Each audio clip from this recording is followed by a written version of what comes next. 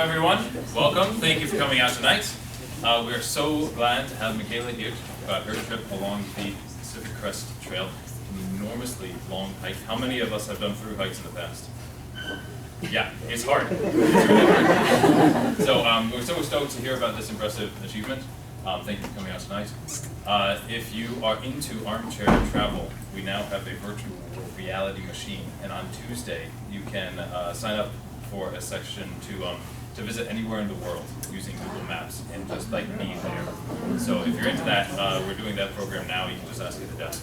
And next Thursday we have Bessie's story, the story of a dog that, as it aged, turned blind, and the evolution of the owner-dog relationship as they work through that hardship and cycle of life. So that's next Thursday. So let's give a warm welcome to Mikayla.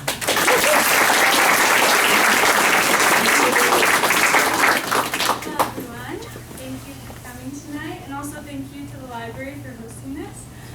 It's really just like more fun for me to be able to talk about this, because it was just an amazing time in my life, and I'm really happy that I have the time, the money, and the funds to go out there and do this like crazy wild adventure. So yeah, this is on the Pacific Crest Trail. My name is Mikayla Clarke, but my trail name is Cheese Grater, so if you want to call me that, that's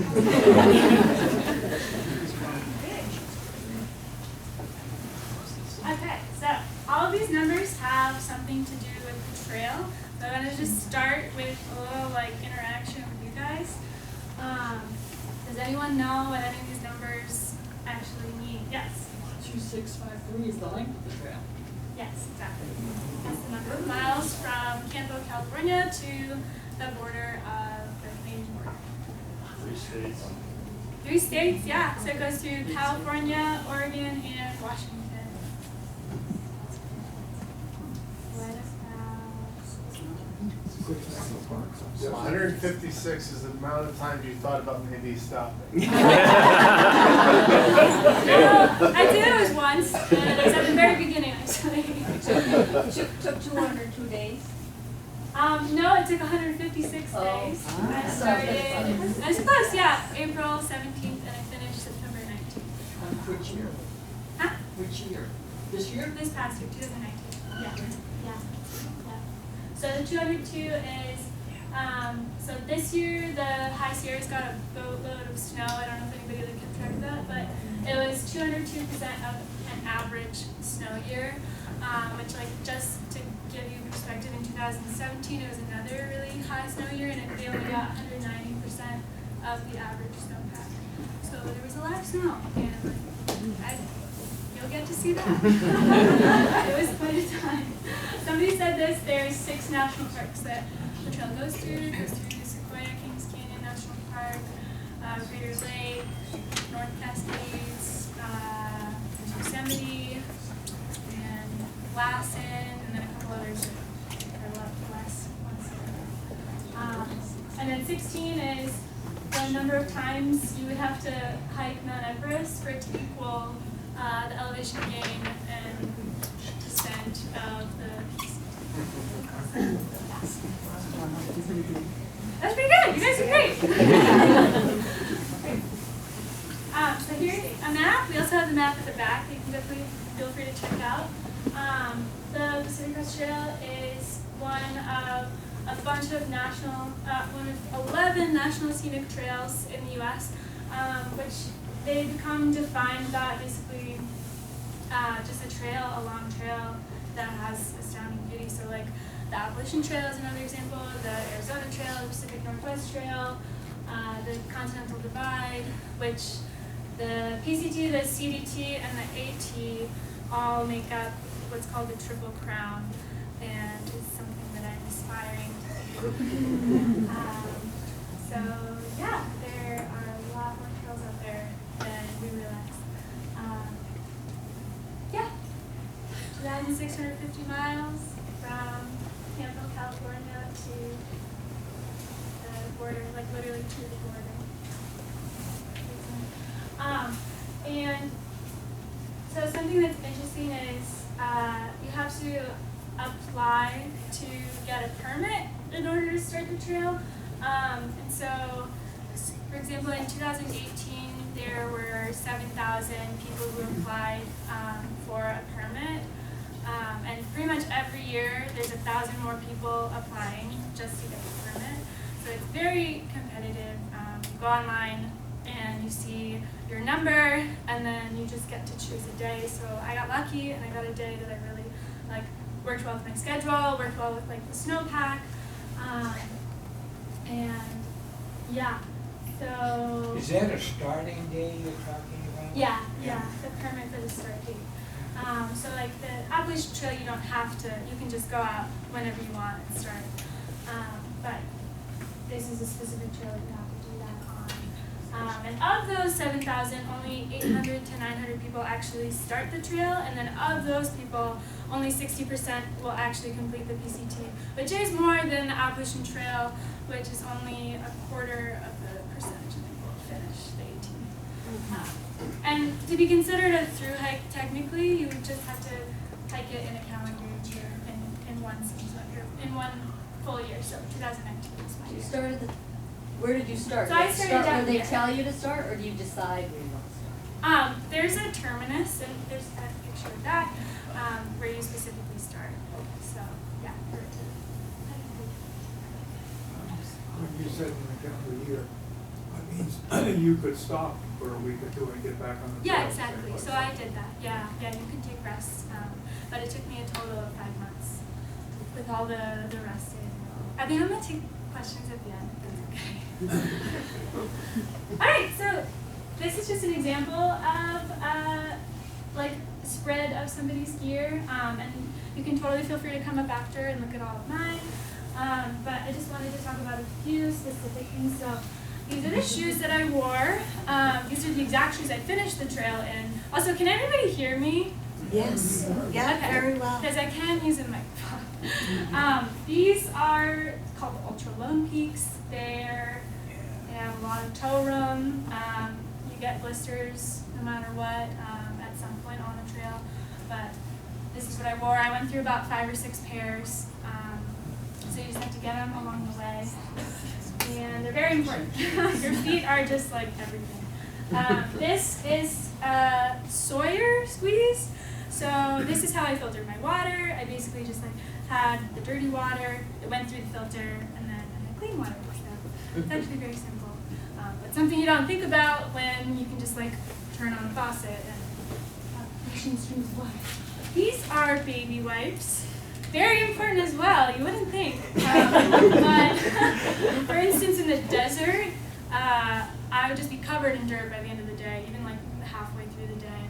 You'll see evidence of that as well. But I would wipe down my feet every night because there weren't a lot of water sources to do that, and that just really helps with when you're covered in sweat and you can't take a shower and you're chafing, you have blisters, you just have all the issues that you would think you could have. And this is my bear can. So I use this, I put all my food in it through the Sierras. So it's just a requirement for that area so that bears, mainly it's for bears not to come, they can't get through this. They can paw at it, but it's very secure. And yeah, you can feel the weight. The weight isn't so much of the annoyance as the size. So getting that in my bag was not super fun. It definitely rolled down the hill a couple times. But yeah. So in terms of other prep, it's a long process. So I started prepping about 3 months before. Some people are years in the making. I mean, I knew I wanted to do it for a while, but of actual planning out my food, my resupplies, my stops, where I was going to go into town, where I wasn't. I did that about 3 months prior. And there's a lot of different ways you can choose to get your food while you're on trail. I chose the route of having my lovely mother send me some boxes of food, which I have a literal box that I use on trail over there. So I packed those up before I headed out. and sent them to specific spots that were like really expensive to buy food or like just didn't have a lot of options. Sometimes all you have is like gas station food, Pop-Tarts or ramen. And so that was a really nice thing to have, and also to just get like notes from home and attach that way. So yeah, another option is to just buy food in town, or you can also buy food in a bigger town and then send a bunch of boxes ahead, and that's more economical sometimes, so you don't have to send something all the way across the country. So this is an example of I stayed at a trail angel's house, and a trail angel is basically anybody who does something for you out of the good of their heart, just like for free. So I stayed with these trail angels. They've been doing it for like years and years and years, hosting hikers. And so I had my mom send my box to this specific spot. I stayed there for like a full 0 day. I didn't hike any miles. I just sat and ate. And my mom specifically put this rainbow duct tape on it so that I would actually be able to find it, because otherwise it is a nightmare, just because there's so many other people doing the exact same thing. But it was so nice. It's like opening a Christmas present every time you get a box. So that's just a picture of one of my boxes. And it's also nice because I had a lot of better food in here, so I would eat Mountain House meals, which are pre-prepared, dehydrated meals, really nice granola bars, and then of course Snickers, just stuff that I might not have been able to find otherwise. All right, so the first section, Southern California, is from the border to Tehachapi, just before the High Sierras, and it's about 500 miles. And actually, it's more like 600 miles from that chunk. So that's really you're getting your sea legs. You're just figuring everything out, what works, what doesn't, which shoes. I probably went through 10 different shoes, which I shouldn't have, but I did. And this is the desert section, so I'd like to see what this pictures like that. This is me at the terminus. You can see I'm at the border, and it's basically just panels all the way down, like what you would expect at the border. And I got dropped off by a few trail angels who host hikers and then drive you to the terminus, because Campo is very out there, so we drove from San Diego to Campo. Really, really early in the morning to get a nice start. Make sure you didn't hike during the middle of the day on the first day. So this is what it was actually like. A lot of people think that hiking a long trail like this is a solo adventure, but as you can see, I started the trail with a lot of other people, and especially throughout the desert, you're always bumping into people, creating trail families or families, which is just hiking with a bunch of people and going at the same pace. And from this crew, there's also a lot of international folks. So the top 3 nationalities are Americans, Canadians, and then Germans. There are a lot of Germans. So this is an example of trail magic that I came across within the first couple of days that I was out there. So, it's also you're out in the wilderness, you're out in the woods walking all day, every day, but you also come across things like this where people will set up food for you and drinks, and sometimes you can stay and camp there. So this is still on the trail, but it's just an act of kindness from somebody who might have hiked before, or just someone who lives in the area and knows about the trail. So that's something that really can make your day when you might just be feeling alone or just not really sure, or you might just need water really badly. So it's really helps solve some. So this year, because there was all the snow, there was also a ton of water in the desert. So normally people have to carry sometimes up to 8 liters of water at a time, but I never had to carry more than 4 liters. And water is definitely your heaviest thing that you're carrying, so it matters a lot. And because of all the rain, it was also kind of like a super bloom everywhere I went. So the flowers were just so beautiful. This is like a beautiful open poppy field that we came across. And the landscape is just so different than what I was used to growing up hiking in the woods. So that was also really cool. And this is an example of the first time I went into town. This is kind of just what it consists of. So we ended up hiking into Agua Dulce and finding the first restaurant that we could go to. There are tons of really amazing Mexican restaurants, so we stopped in there, just ate as much as we could, and then went to a Trail Angels and stayed there for free for that night and then the next day as well. The towns are also a really good place to like meet up with friends who might be like just like a few hours behind you, a couple of days behind you, and just like catch up on everything you've missed. Because it is like, you do become a family very quickly just because it's such an intense environment.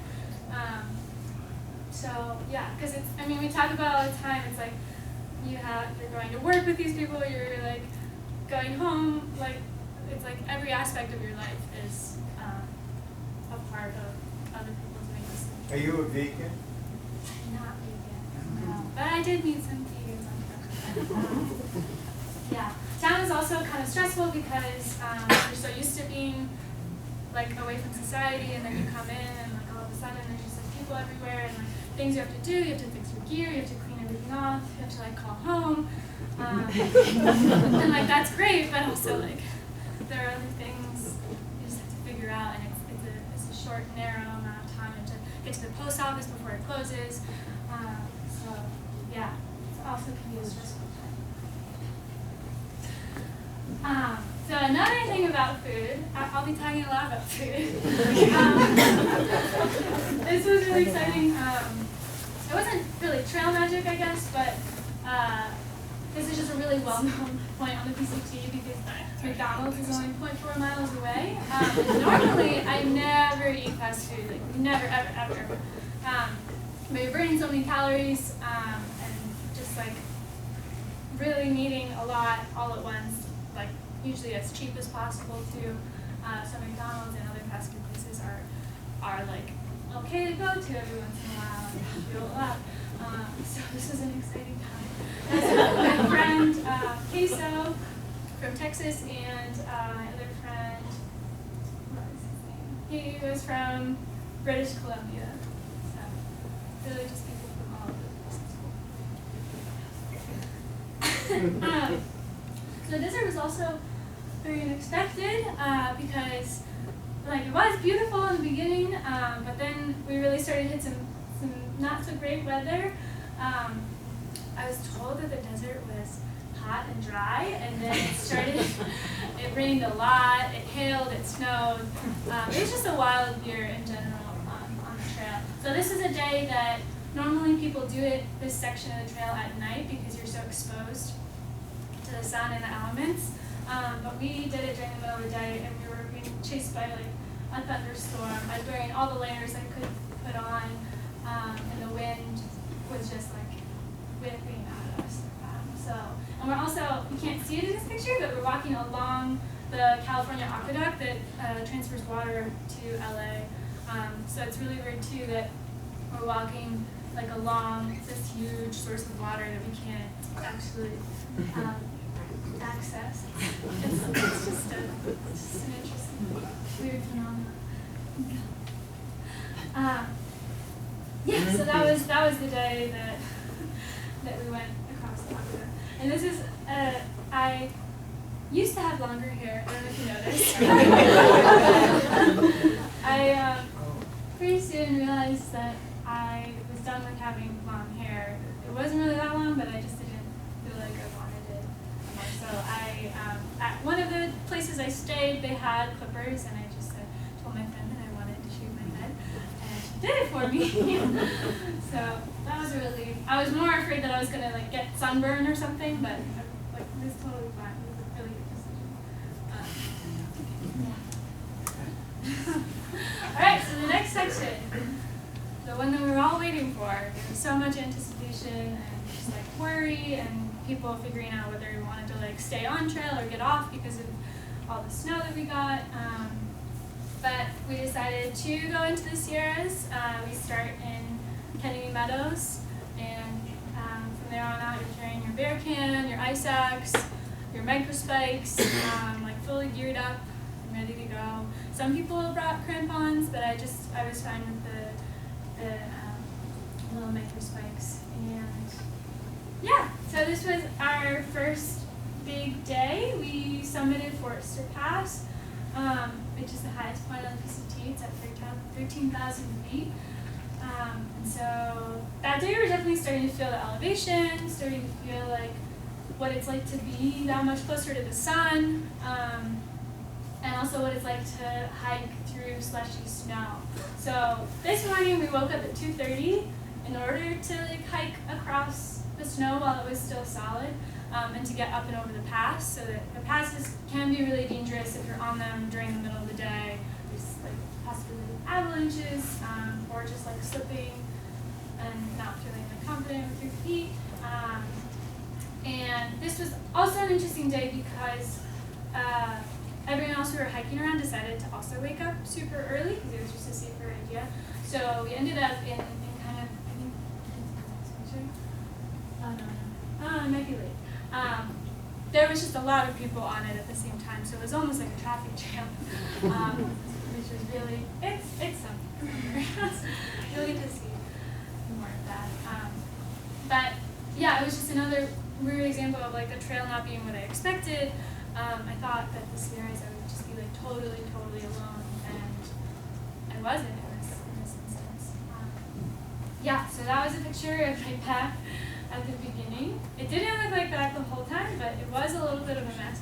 There's a sharp learning curve, just how to pack my bag. I have a new pack now because that one, it broke. I'd had it on the Appalachian Trail too, so it had a lot of miles on it, and I ended up carrying it for a while the back part had ripped. It might have been from the miles that had been on it. It might have been from like the heavier weight. But even with all the extra weight, it was really nice because we didn't have to carry any water anymore. I could carry like half a liter of water and fill up at the next stream because like the water was just melting super fast. And so luckily we didn't hit any bad weather once we got into the Sierras. A couple people that had left before us. So we left June 4th and we finished by about July 4th. It took about a month, which is a lot slower than normal. But that's just because sometimes we had to go like at 1 mile per hour versus like 3 to 4 miles per hour. Yeah, so that's also a picture from Forester's Pass when we woke up super early. That was definitely like one of my favorite days on trail. I felt like we were in a painting, like it was just like so unreal. It still gives me chills. And you can see some of my friends way off back there. That's at the top of Forester Pass. Yeah, so this is when we're in Kings Canyon National Park. So that's in front of Fireball, Queso, Shitless, and so the names are just like kind of goofy. It's weird at first, but then you get so used to it that it's weird to call people by their real name. Sometimes you don't actually know their real name. Yeah. Are you wearing a skirt? Yes, I'm wearing a skirt. That was the picture I was talking about. So that was like as we were going up and across. You can't really tell in this picture, but that's a very steep drop. So sometimes you like don't want to look down while you're going across. And we went purposely one by one, and then you kind of switch back up the side and then go over through the pass. But that's a situation where like you have your ice axe going down all the time. And luckily there were like steps already tracked out. People had gone before us. But I can't imagine what it would be like for the first people who did go over those tracks. Thank you. And so along with the snow, we have the water. So I'm over here on the left, here are my friends. this is actually one of the easier river crossings because the wider, slower, deeper rivers are much easier to cross than the shallow, fast rivers. So although I couldn't feel anything from like my chest down, I wasn't afraid for my life. Like I was like, I can get across the river. And you basically just get to the other side and lay out in the sun for long enough to hope that all your stuff is relatively dry. But if not, you just dry it off for a little bit. Everything keeps going. So this is Evolution Creek. It's a pretty well-known river crossing this year. It's one that is always talked about, and people stress over it for a long time. What was your pack weight at that point? I never weighed it this year's, but it never got over 35 pounds. Yeah, probably when it was fully weighed. And like on the lower end, it probably only weighed like 20. And I didn't have all my extra stuff. So this is just an example of an average night. We usually go to bed so if we were getting up at 2:30, we try to go to bed before the sun even went down at like 5 o'clock, which is hard for me, but like after trudging through the snow all day, you're just like so tired that it doesn't really matter what you're sleeping on. So this is in Yosemite, and as well as being physically draining, it definitely was also the emotional drain was a lot, and I really at this point was relying on the people I was hiking with. And at this point I was hiking around a couple people, but then my hiking partner that I hiked all of California with, that's who I was mainly hiking with and trusting and going to town, going out of town, getting my hitches everywhere. And so having that support was really key in making it through those longer days. And because we were getting up so early and going to bed so early, got to see some really amazing sunsets, sunrise and sunsets. And I don't know if anyone's been to Yosemite, but the rocks are amazing. The pictures I see of it without the snow are very different than what I saw, but I'm really happy that I got to see it in such an unusual year. And so this is when I hit 1,000 miles, still in the Sierras, still wearing my marker spikes. There was a long period of time where people kept talking about how there was no more snow ahead and that it was all melted. But it really went back and forth, and eventually we were just like, I don't trust anybody that says there's no snow ahead because there's always snow. So this is just before Kennedy Meadows North, where you can get rid of your bear can, so that's really exciting. And yeah, that's a good day. Right, so Northern California, where the snow slowly started to recede, and we eventually got to get up to bigger miles. So this section is from Kennedy Meadows north to the California-Oregon border. And this was one of my favorite sections, mostly because we got out of the snow eventually. And I really liked being able to hike all day and not worry about what river crossing I was going to have to do, or whether or not I was going to make it over the pass in time. So it's really just a mind cleanse to not have to think about it. So this is just outside of Sonora Pass, where I dropped my bear can. This was an example of people were like, there's no more snow, and we're like, there is snow. There is most certainly. And so, yeah, we just had to deal with it and believe that eventually it would be gone. I'm sorry, Mikayla, what date is this right now? So that would be July. So I hit South Lake Tahoe July 4th. So this is probably end of July. I don't have an exact date, I'm sorry. No, But I could that check. was spitball as well. Yeah. Yeah, I would say around. Sorry. No, it's okay. Okay. So it did. It left. Finally. That's a picture of Butterball, my hiking partner. And at this point, we started to see more of the flowers coming out. It was really just like reviving to see like it was like spring again almost. And could get water really easily. At this point, we started like really pushing the miles. So we were doing about 30 miles a day, and that was for like a bunch of different reasons. Mostly, he had a deadline, and I wanted to keep hiking with him. So I ended up hiking with him basically until the California-Oregon border. And at that point, I was kind of like, I don't need to do 30 miles. Like I didn't need to finish on a specific day. But it also was helpful because like you don't want to get to Washington in the North Cascades too late in the year either. So sometimes people are there in October and they get hit with a lot of snow. So that's just, there's a lot of things you gotta remember. This is at South Lake Tahoe. There's another hiker term is hiker trash. And it's a term of endearment, it doesn't sound like it, but this is just an example of like we were sitting outside of a grocery store, or like going in and out, but basically there's, like when you think about it, there's no other like public places to do something like this. So after you get all your food from the grocery store, you have to repackage it, put everything in Ziploc bags just so that you don't have the excess containers, because they're like really bulky. You want to just like get everything as compact and light as possible. And so something like olive oil that I carried, I would like pour that into a smaller container. He would put dehydrated milk into a lot of the things that you needed, because you really want to like get as much protein and fat and hydration as you can. So yeah, it was a stressful part of being on trail, but also it was really fun because like you had the whole grocery store. So many options. Yeah. Peanut butter was a big one. I ate a lot of peanut butter. More food!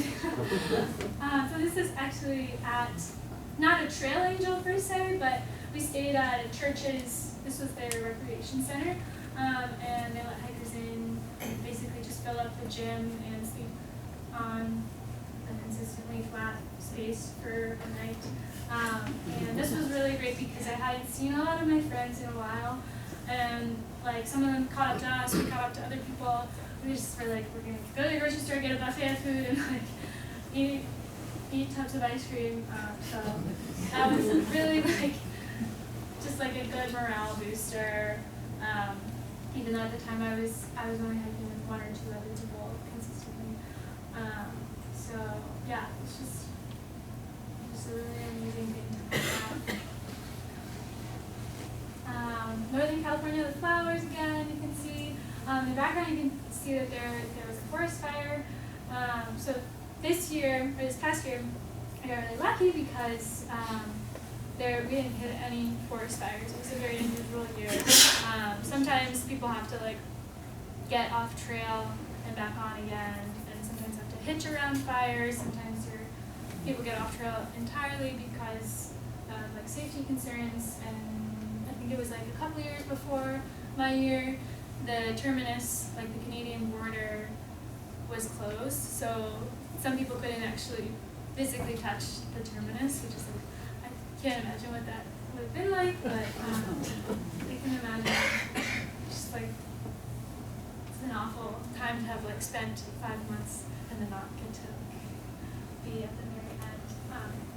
But yeah, I was very grateful for that, and I was also like so unaccustomed to fires in general that like that was something I was really nervous about. So I much prefer the high snow year than a high fire year. And yeah, feeling for all the people doing. Oregon. So Oregon is really fast. Some people try to do it in 2 weeks, which is kind of crazy. I think I did it in about 3. But this was the first part of the trail where I hiked mostly alone. So I split off from my hiking partner. He kept going because he had to finish by September 1st. And I had a lot of solo time. It was good to like have that experience, but I realized that I really don't. Like I need to have that like companionship when I'm on a longer trip like that. But it was good. It was also. So this was right before I said goodbye to some of my friends. That's the California-Oregon border. And the funny thing about it is, actually, right before we got there, saw a mountain lion for the first time. And it was just walking down the trail right in front of us. Yeah, it was scary. It was much scarier than like all the rattlesnakes we'd seen in the desert. Because I was like, at least it wasn't in the middle of the night, and we could tell that it wasn't trying to go after us.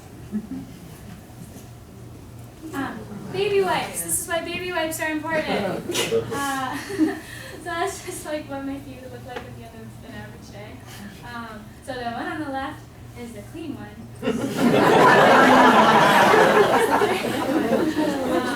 It's really important to clean your feet, even if you don't have water. Like, because if you don't, you will get blisters. And I was already dealing with some feet issues.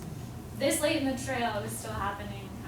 I think it was mostly just like the bigger miles and like needing a size up in my shoes because my feet have been swelling so much. So yeah. Oregon is also home of Crater Lake. So the trail goes right by it. It actually technically goes around it, but we took an alternate route so that we could go along the lake. So worth it. So beautiful. Yeah, so we ended up camping right on the rim. It was also kind of weird because there was a road that went right by the trail. So it kind of felt like it was this weird, like, oh, like I'm so smelly and dirty, and there's all these tourists here. I just want your food.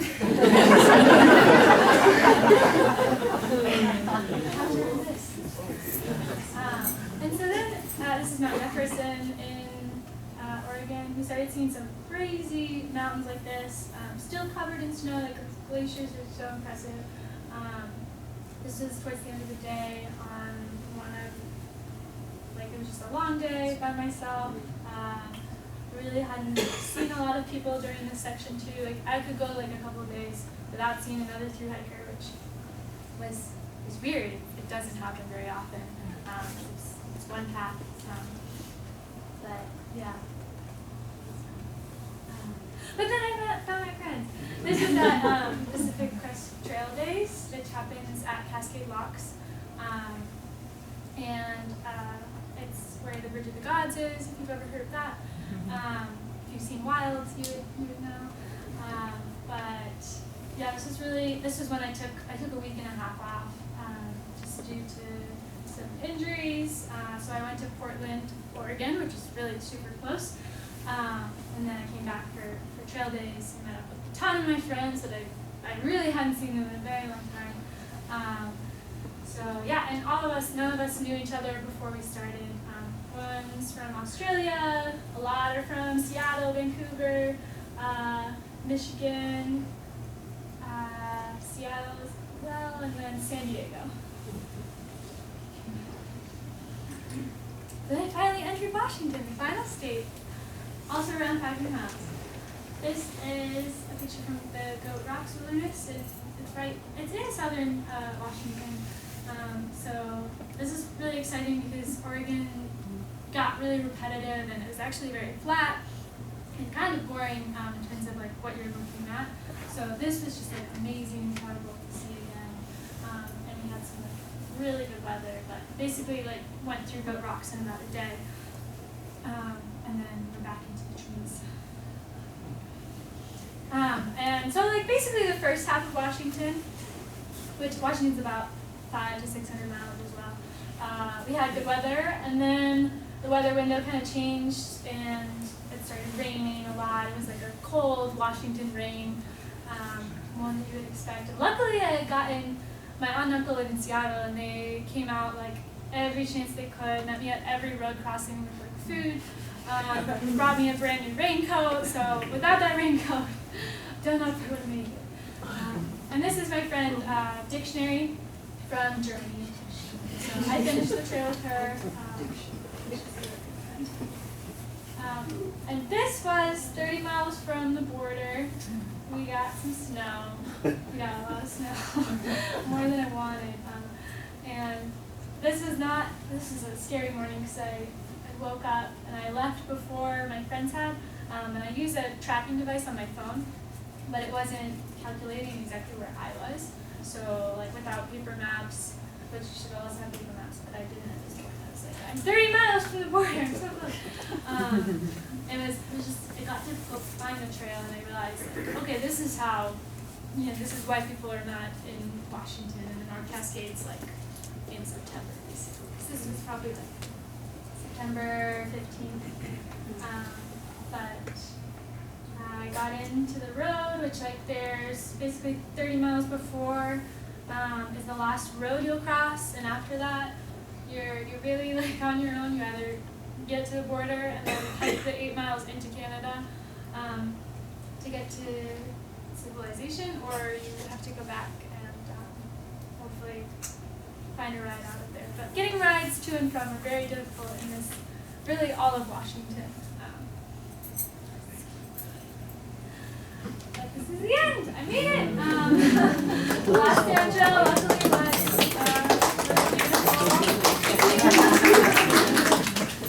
it's 2,653 miles later. Made it to the border. It's funny because you can kind of see that it's very different than the Mexico border. It's just basically mowed down. It's a mowed down path the whole way. It just stays like that. But nobody is there. You can just walk into Canada. And I finished with a bunch of friends. And that was really nice to. I was afraid that I was going to be all alone at the end, but it was nice to have somebody take my picture at the terminus and celebrate with. So people pack out like champagne. One of my friends who was finishing the Triple Crown, the 3 trails, packed out a whole bunch of stuff. And so it's just really like a good celebration. And then you still have to hike after that. You have to hike 8 miles into Canada. And you need a permit to do that as well. So you have to apply for it before. And then you get to stay in a hotel, or your last hotel. Sources! Go to the next one. Okay, I think that's it.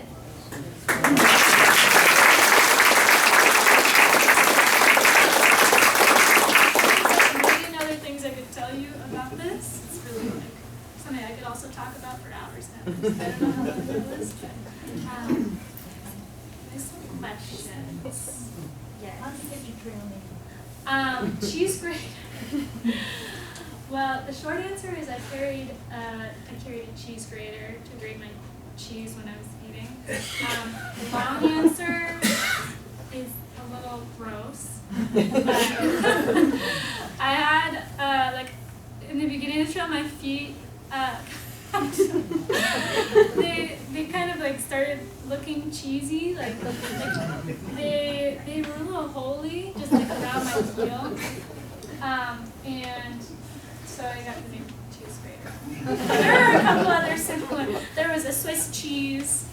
There's like it's a common name. Yes.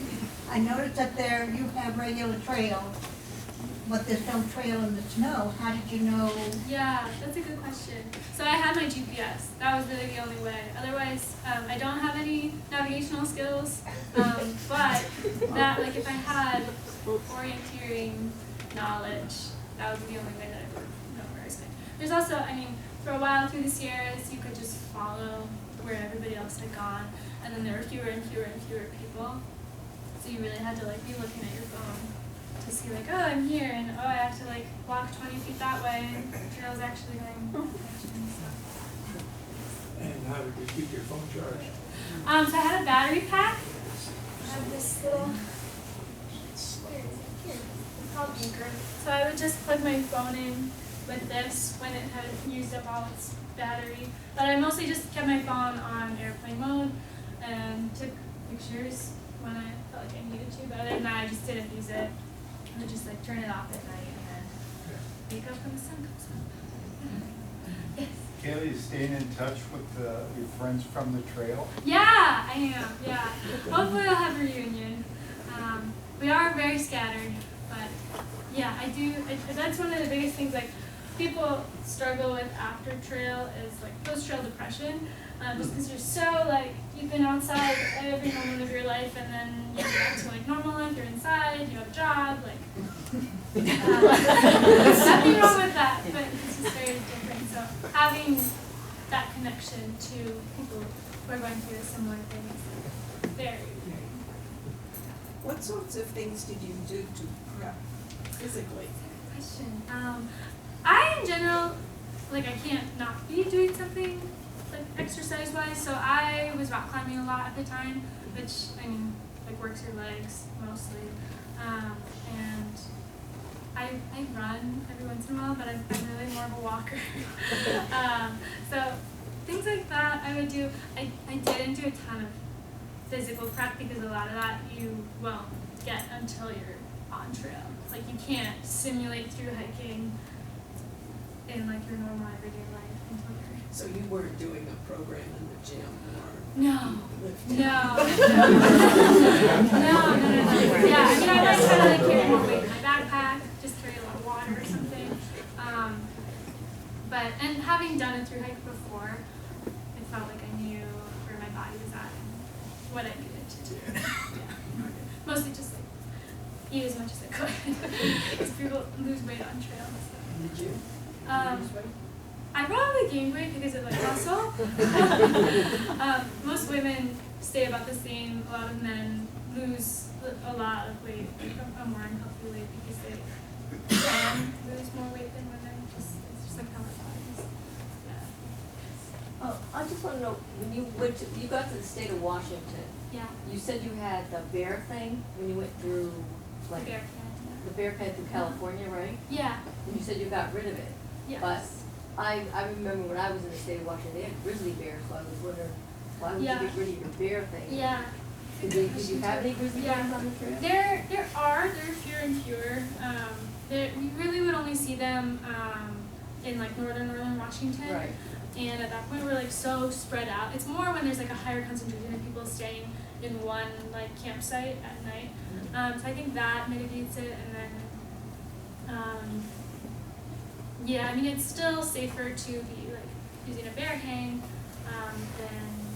than like obviously that's like the best option. It's really, really safe there. But a lot of people, like in the thru hiking world, you're like counting every ounce, and so honestly that is like a big, like people are less inclined to carry it because of that reason. Bulkiness. Yeah. Yes, when a lot of people are carrying the ice axes, and were Yeah. people trained to use them, or they just had them? So I had never used one before, so I wouldn't say that I was trained. I watched a bunch of YouTube videos before I went, and then we practiced on the snow so that it wouldn't be like a foreign thing when it, like if you actually had to use it. Yeah. It's a tough subject because like I feel like I wish I had that knowledge and experience and like knowledge of even like avalanche danger. Yeah, but most people out there are not trained. And I was wondering about how long one of those gas cartridges would last you on the trail, and how long? Oh yeah, one of the like the fuel. It really depends because obviously you go through a lot faster at higher elevations. So like lower down, like not in the Sierras, they could have one for a couple weeks probably. But I only cooked at night. I didn't cook in the morning. And I have like a cozy around my my actual stove, so I would just cook it a little bit and then let it like soak for a little bit longer in there. And some people actually don't even bring a stove; they'll just cold soak their food. And so then they're not even carrying fuel. It's just another way to kind of save weight and mostly eat like snack foods. So how long would it be between the resupply point, and how many days of food would you Yeah, carry? I would usually carry, so the most is probably about like a week, like a solid week, like 7 days. The least could be like 3 days. Maybe not even that, even less. So, there's a lot. Did you run into a lot of people or yourself doing the ultralight Yeah. camping without a tent and just a top? Yeah, so I Vegetation. had a tarp in the desert, but yeah, there's more and more people are getting on board with like ultralight gear. It is more expensive, so you just have to deal with the upfront cost and then have a system down for it too, because like sometimes I ran into people that like were just underprepared for the weather because their gear was so light. And that was mostly in the Sierras and then in Washington when it got really cold. But being ultralight is nice. You can go further miles, so the sections are shorter. And there's more people doing speed records too, so that's obviously the book. This book, this is the woman who has the speed record right now. It's called her trailing is Spanish. So check that out. It's really inspiring. Yeah. So can you say a little something about how it was different than your experience on the Appalachian Trail? Yeah. Yeah, so it was a very different experience. There's also two very different times in my life. So when I did the AT, I had just graduated high school. So I was a lot younger. I really hadn't seen much else other than Gilford. Most of like New Hampshire. So in terms of like where I was in life, I felt like way more prepared for the PCT than the AT.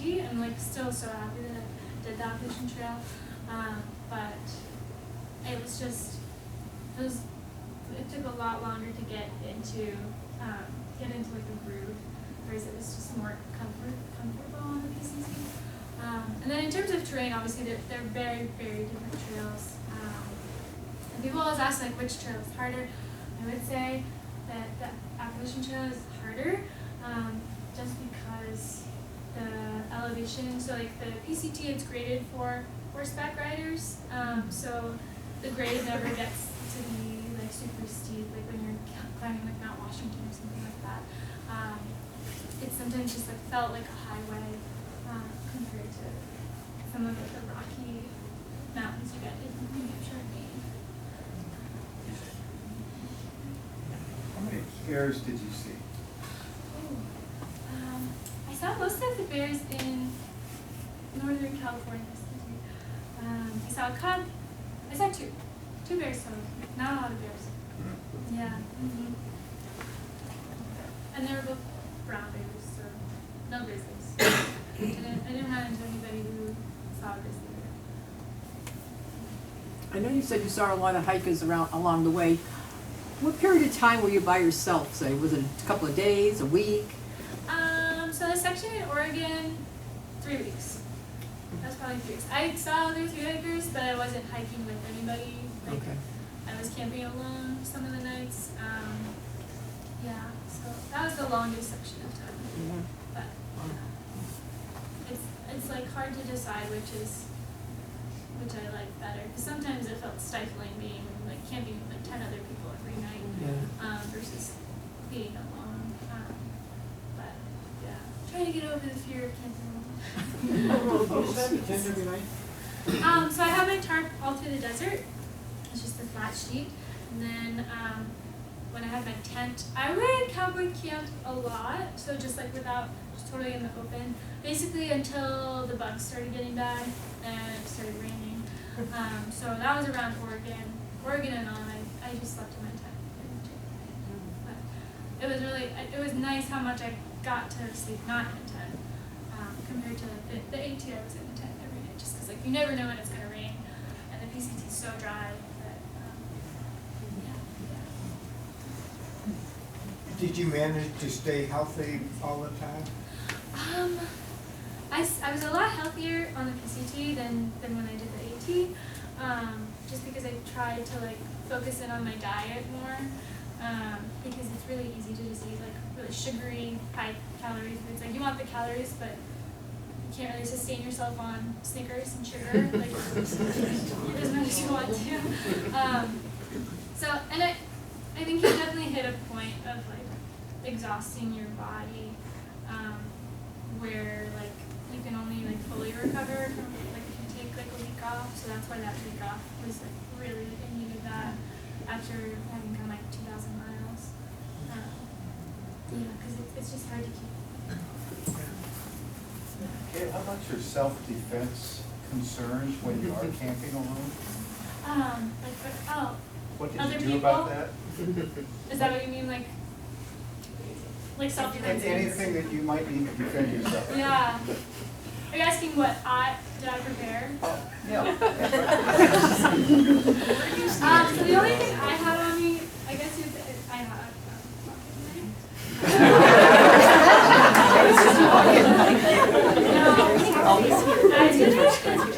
No. I mostly made sure that I was like camping with people I felt comfortable around. The only times I felt uncomfortable actually were in town, and that's oftentimes when people, like if you're gonna have an issue, that's where it happens. If you come into town, you come in alone, and if you're hitchhiking alone, so I never tried to get a ride alone, and if I was alone, I would just walk. And so those were kind of like the safety precautions. As a solo female hiker, that was a lot. And then just like if I was camping in town, I camp where all the other hikers were camping. Because it is, I mean, very rarely are there people in the community of like thru hikers that I feel like I don't trust. Yeah. I wanna We can, one more question maybe. One more question? I'm just gonna ask, is there a way to have a more solitary experience, or is it really just you're in the pack? No, you definitely can. On the PCT, it's probably harder just because of the weather windows. But if you do want that, going southbound, I would say, is a really, really good way. Is that challenging weather-wise? It's definitely challenging otherwise. Yeah, the window for that is, I mean, people are definitely doing it though, so it's totally doable. If it's a lower snow year, you're gonna have an easier time. But I mean, then you're hitting the desert in like October, so that would also be really, really nice. Yeah, I would say doing that or flip-flopping, which is hiking in one direction and then stopping, going like down to the other terminus or up to the other terminus and going like that. But that's, you're using a lot more like time travel-wise, that's a good one. But southbound is much less popular. That on the AT too. Yeah. Yeah, okay. Well, thank you, everyone. Thank you.